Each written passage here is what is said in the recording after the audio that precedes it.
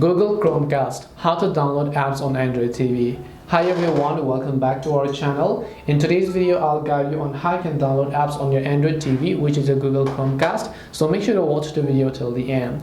Now, the latest generation of Google Chromecast, which is the third generation, is actually an Android TV itself. The previous generation didn't have an app store or anything fancy thing as such, but on the latest Chromecast that I'm using, we have just like an Android TV kind of thing, which is also sometimes called Google TV. And if you want to download apps on this Google TV, it's actually quite simple to do so, because all you have to do is go ahead and then first of all just make sure to actually go to the app section from the top of the screen. If you scroll down here, you can see it says search for apps and games. So all you have to do is go ahead and search for apps and games.